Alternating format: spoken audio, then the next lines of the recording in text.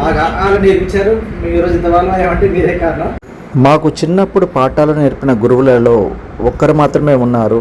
ఆవిడే రూడాబాయి టీచర్ గారు.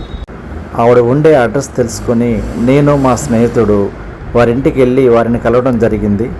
82 సంవత్సరాల వయసులో కూడా చాలా ఆరోగ్యంగా ఉన్నారు. మమ్మల్ని చూసి చాలా సంతోషించారు.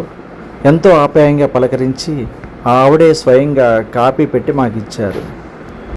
టీచర్స్ డే సందర్భంగా మాకు చిన్నప్పుడు ఆలు నేర్పిన రూడాబాయి టీచర్ గారిని కలవడం జరిగింది. నేను మా చిన్నప్పుడు స్నేహితుడు ప్రసాద్ ఇద్దరం కలిసి మేడం గారి ఇంటికి వెళ్ళి ఆవిడ్ని కలిసి మా యొక్క చిన్నప్పటి జ్ఞాపకాలని మరొకసారి నేర్పించారు. ఈ రోజు ఇంతవల్ల ఏమంటే మీరే కారణం. అంత ప్రేమగా వచ్చారు. చెల్లెలు ఇక్కడే ఉంటారండి.